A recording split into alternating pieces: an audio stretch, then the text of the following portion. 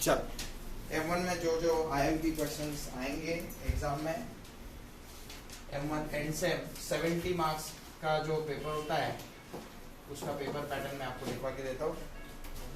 70 marks का paper pattern. तो सबसे पहले क्वेश्चन 1 में MCQ होंगे 10 मार्क्स के, 10 मार्क्स के MCQ होंगे। उसमें क्वेश्चन नंबर 1 2 मार्क्स के लिए, 2 मार्क्स के लिए, क्वेश्चन नंबर 3 2 मार्क्स के लिए, क्वेश्चन नंबर 4 2 मार्क्स के लिए, 5th और 6th 1 मार्क्स के लिए। तो MCQ की प्रैक्टिस हमने क्लास में करवाई है। जो MCQ मैंने क्लास में करवाया है उसी टाइप के MCQ, उस फॉर्मेट के बाहर क्वेश्चन नहीं जाएंगे, वही वैसे ही MCQ एग्जाम में आएंगे। इसके लिए कुछ स्पेशल प्रिपरेशन करने की आवश्यकता नहीं है। ओके, यूनिट नंबर 3 जो है उसके ऊपर बेस्ड 6 क्वेश्चन एग्जाम में आएंगे। बस इतना याद रखो, जो 6 क्वेश्चन आएंगे उसमें से ऐसा हो सकता है एक आध क्वेश्चन डिफिकल्ट आए या कहीं बाहर का आ जाए, तो उसको देखकर डरना नहीं है। लोग क्या कहते हैं, वो 5 आसान क्वेश्चन उसको छोड़ देते हैं और वो एक डिफिकल्ट आ गया था, बहुत बिग टफ पेपर आया, बाहर से पेपर आया, ऐसा बोलना चालू कर देते हैं। ऐसा नहीं, हमने क्लास में जो सम्स किए है वही आपको करने, प्रॉपर वे से करने हैं, ठीक है। वैसे ही सम्स आपको एग्जाम में दिखाई देंगे। तो क्वेश्चन नंबर 2 में ए वेरिएबल की ये शुरुआत कैसे करें। अब ये कौन सा है, पार्शियल डिफरेंशियल इक्वेशन, सही। तो यूलर्स के सम हमने किए थे, डिग्री, ऑर्डर, डिग्री, ठीक है। तो यूलर्स के सम आपको फिक्स करने हैं, ओके, होमोजेनियस फंक्शन के। फिर चेन रूल जो है वो फिक्स आता है, एक सम चेन रूल का ऑप्शन में चेन रूल, होमोजेनियस फंक्शन के ऑप्शन में होमोजेनियस फंक्शन। तो ये 2 टॉपिक आपको बिल्कुल स्किप नहीं करना है पार्शियल डिफरेंशियल इक्वेशन। फिर यहाँ पे जो मैंने शुरुआत में सम्स लिए थे आपके 7-8 सम्स या ज्यादा 10 सम्स लिए थे, उन सम्स में से कोई एक सम यहाँ पे रहेगा। मिक्स्ड एग्जांपल्स चैप्टर जब शुरू किया था तब सम्स लिए थे, तो वो वाले। वेरिएबल कीपिंग कांस्टेंट एक स्पेशल टॉपिक है, तो उसके ऊपर सम आ सकता है। अभी ऐसा मत कहना कि सर आपने तो ऐसे लिख के दिया है, ऐसा तो नहीं आया था एग्जाम में। एग्जाम में ऐसा हो सकता है ये टॉपिक ऊपर का नीचे आ जाए और ये मिक्स सम ऊपर आ जाए, तो ये पॉसिबिलिटी है, उसको याद में रखना, ठीक है। वेरिएबल कीपिंग कांस्टेंट अगर नीचे आया तो मिक्स सम का आएंगे ऊपर। मिक्स सम मतलब जो मैंने शुरुआत में लिए थे चैप्टर जब चालू हुआ था, ठीक है।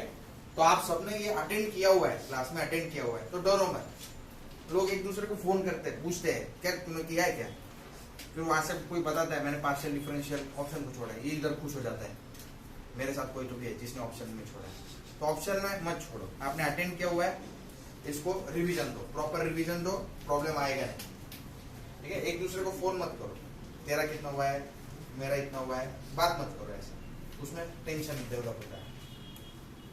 यहाँ पे क्वेश्चन नंबर 4 का ऑप्शन में है क्वेश्चन नंबर 5, तो यहाँ पे देखो j(= 1 का सम आ सकता है, या फिर सीधा फाइंड ∂u/∂y के जो सम है जैकोबियन में मैंने करवाया वो वाले आ सकते हैं।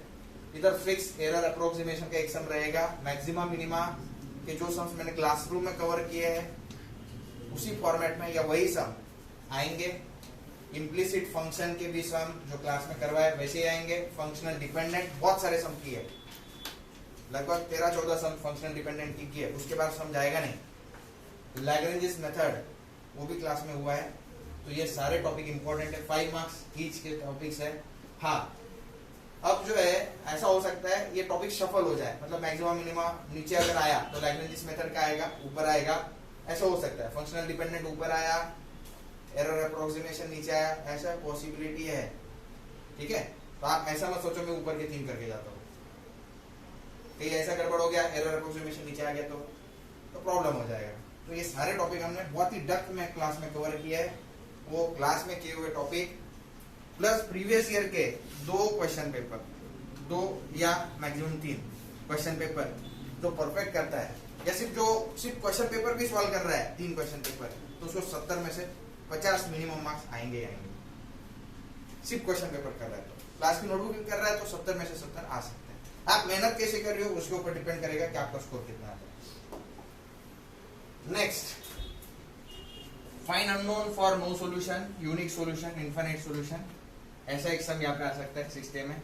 लीनियर डिपेंडेंट, लीनियर इंडिपेंडेंट के सम आजकल जो है दोनों तरफ आना चालू हो गया, मतलब ऊपर भी आया नीचे भी आया, ऐसा भी हो सकता है, हो गए ऐसा कोई गारंटी नहीं, ठीक है। एक सम आया तो भी ठीक है। ऑर्थोगोनल मैट्रिक्स का एक सम आता है। हाँ, इलेक्ट्रिक सर्किट जो मैंने क्लास में सम्स करवाया है वही फिक्स करना, बहुत अच्छे से करना, बहुत अच्छे से कवर किए टॉपिक इलेक्ट्रिकल सर्किट के, बहुत सम्स किए, तो परफेक्ट करना। वो एक सम आपको 5 मार्क्स को आता है। इक्वेशन इन 3 वेरिएबल्स, या फिर ये आएगा नहीं तो फिर नॉर्मल फॉर्म भी कभी कभार आ जाता है, ठीक है। तो ऐसा ये यूनिट नंबर 5 का पैटर्न है, आपको ये टॉपिक कवर करना है, ठीक है। उसके बाद में यूनिट 6 में fine eigen value eigen vector का 3x3 मैट्रिक्स का समय यहाँ पे आ सकता है। यहाँ पे मॉडल मैट्रिक्स, कैले हैमिल्टन इंपॉर्टेंट टॉपिक है यूनिट 6 में, उसको लिख के पढ़ के नहीं, कुछ बच्चे सिर्फ रीडिंग कर लेते हैं, रीडिंग नहीं, खुद लिख के आखिरी आंसर तक पहुंच पा रहे हो क्या, सारे स्टेप ठीक से लिख पा रहे हो क्या, कैले हैमिल्टन प्रॉपर वेक्टर करना। पिछले कुछ पेपर में देखा गया कैले हैमिल्टन ऊपर भी आया नीचे भी आया, तो ऐसे हो रहा है। यहाँ पे 3x3 का आइजन वैल्यू आइजन वेक्टर का सम आया, तो यहाँ पे 2x2 का आइजन वैल्यू आइजन वेक्टर का सम आएगा। और लास्ट में एक आखिरी सम क्वाड्रेटिक फॉर्म का होता है। तो ऐसा ये 2019 का पेपर पैटर्न है।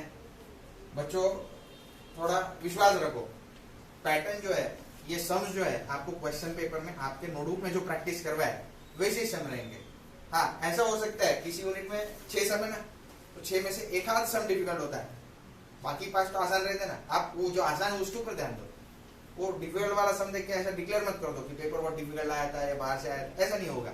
आपका देखा देखा हुआ सा पेपर रहेगा, ठीक है। 90% पेपर जो है आपने देखा हुआ है घर पे, ऐसा आपको लगेगा।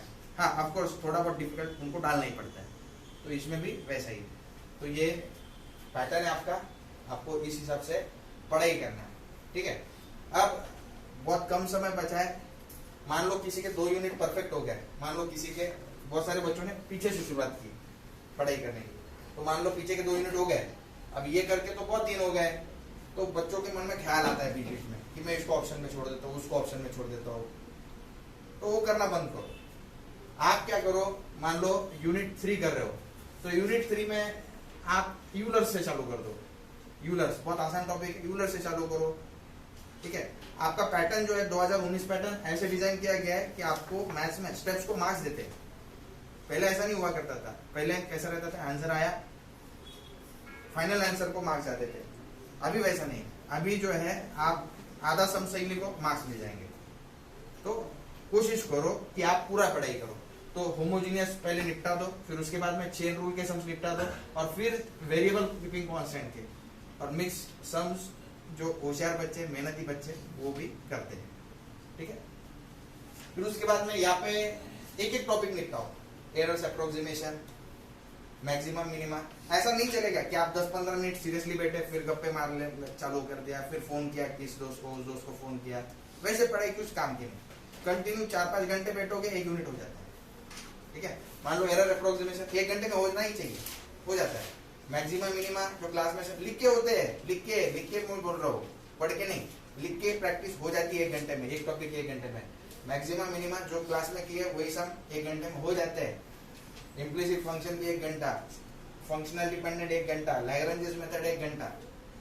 थोड़ा आप मैनेजमेंट जो है ना टाइम देख के करना चाहिए। अभी जैसे जैसे एग्जाम पास आएगी स्ट्रेस डेवलप होना चालू होता है बच्चों में, तो वो नेचुरल चीज है स्ट्रेस डेवलप होना। तो आपको जो है उसको टैकल कैसे करना है, फोन से थोड़ा दूर रहो, पेन, रफ नोटबुक और क्लास की नोटबुक, और अच्छे से लिख के प्रैक्टिस करो, ठीक है। सिर्फ होशियार होने से फायदा नहीं, आपको प्रॉपर वे में मेहनत भी करना पड़ेगा, ठीक है। तो बेस्ट ऑफ लक।